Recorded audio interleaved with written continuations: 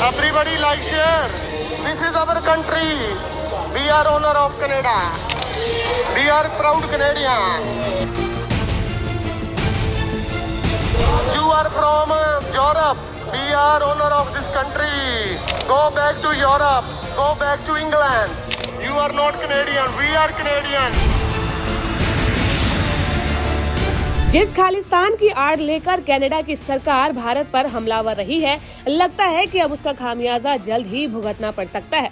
अब तो खालिस्तान समर्थक कनाडा वासियों से ही देश छोड़ने की मांग करने लगे हैं और कनाडा पर अपना ही मालिकाना हक जताने लगे हैं।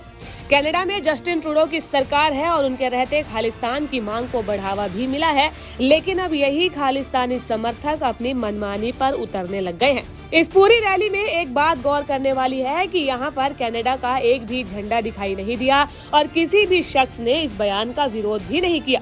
भीड़ में शामिल हर कोई चुपचाप रहकर इन सब का समर्थन करता रहा। एक बात तो तय है कि जिस तरीके से एक समय पर अंग्रेजों ने भारत की जमीन पर धीरे धीरे पांव जमाते हुए अपना कब्जा कर लिया था, कहीं यही हालात कनाडा के साथ भी न हो जाए। नगर कीर्तन में लगे कनाडा वासियों के खिलाफ नारे। सोशल मीडिया पर वायरल इस वीडियो में खालिस्तान समर्थक कनाडाई नागरिकों को इंग्लैंड और यूरोप वापस जाने की चेतावनी देते दिखाई दे रहे हैं। ये घटना ब्रिटिश कोलंबिया के सरी में आयोजित एक नगर कीर्तन के दौरान हुई। इस वीडियो में खालिस्तान समर्थक ये साफ कहते सुनाई दे रहे हैं कि हम कनाडा के मालिक हैं और श्वेत लोगों को यूरोप और इजराइल वापस लौट जाना चाहिए। अब तक हिंदुओं को ही टारगेट करते रहे हैं खालिस्तानी समर्थक। भारत को बुरा भला कहने वाले खालिस्तानी समर्थकों को अब एक नया विरोधी मिल गया है। इस बार उनके विरोधी भारत या भारतीय नहीं हैं, बल्कि खुद कनाडा के लोग हैं।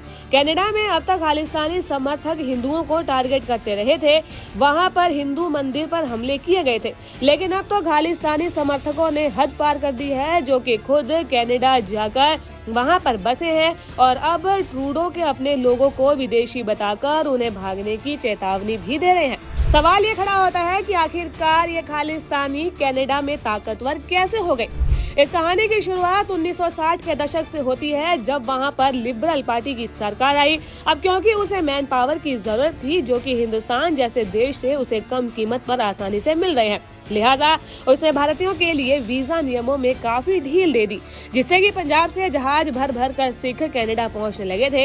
ये वो दौर था जब भारत में ऑपरेशन ब्लू स्टार हुआ था और इसके बाद चरमपंथी भी शामिल हो गए, जो कि बाकियों की सोच पर भी असर डालने लगे थे। सिखों की बढ़ी हुई आबादी को देखते हुए ट्रूडो के पिता पियरे ट्रूडो ने इन्हें अपना वोट बैंक ही बना लिया। वो हर ऐसा काम करने से बचने लगे जिससे कि अलगाववादी नाराज हो। जाहिर तौर पर ये कदम भारत के खिलाफ ही उठ रहा था। तो फिर ट्रूडो सरकार को खालिस्तान समर्थकों से इतना लगाव क्यों है? फिलहाल जो हालात है वो कुछ ऐसे हैं कि सरकार और सिख संगठन दोनों को ही एक दूसरे की जरूरत है। साल 2019 में चुनाव के दौरान लिबरल पार्टी मेजोरिटी से 13 सीट पीछे रह गई थी। ये जस्टिन ट्रूडो की पार्टी थी और तब सरकार को न्यू डेमोक्रेटिक पार्टी ने सपोर्ट किया था, जिसके लीडर है जगमीत सिंह धालीवाल और ये खालिस्तानी विचारधारा के समर्थक रहे हैं। भारत सरकार ने जगमीत सिंह का वीजा साल 2013 में रिजेक्ट कर दिया था। सिखों की यही पार्टी ब्रिटिश कोलंबिया को रूल कर रही है और इससे साफ है कि ट्रूडो के पास एंटी इंडिया आवाजों को नजरअंदाज करने के अलावा कोई दूसरा रास्ता भी नहीं है। आने वाले चुनाव में रूल करेंगे कनाडा के सिख। आंकड़ों की माने तो कनाडा में भारतीय मूल के 24 लाख लोग हैं, जो कि अपने आप में काफी बड़ा वोट बैंक है। इसमें से करीब 7.5 लाख तो सिख समुदाय की भागीदारी है। इनकी ज्यादा संख्या greater Toronto, Vancouver, Edmonton, British Columbia और कैलगरी में रही है।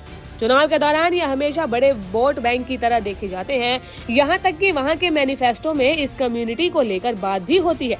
अक्टूबर 2025 में कनाडा में इलेक्शंस हो सकते हैं और ऐसा माना जा रहा है कि मौजूदा सरकार वहाँ बसे खालिस्तानी समर्थकों को खुश करने के लिए तरह तरह के काम कर रही है। जैसे कि हाल ही में कनाडाई संसद में निज्जर की पहली बरसी पर 2 मिनट का मौन रखा गया था, जो कि एक तरह से भारत के लिए इशारा था कि तुम्हारे यहाँ जिसे आतंकी माना जाएगा, हम उसे ही पालेंगे पोसेंगे। वैसे भी कनाडा की सरकार का खालिस्तानी एक्सट्रीमिस्ट से रिश्ता आज से नहीं बल्कि कई दशकों से चला आ रहा है।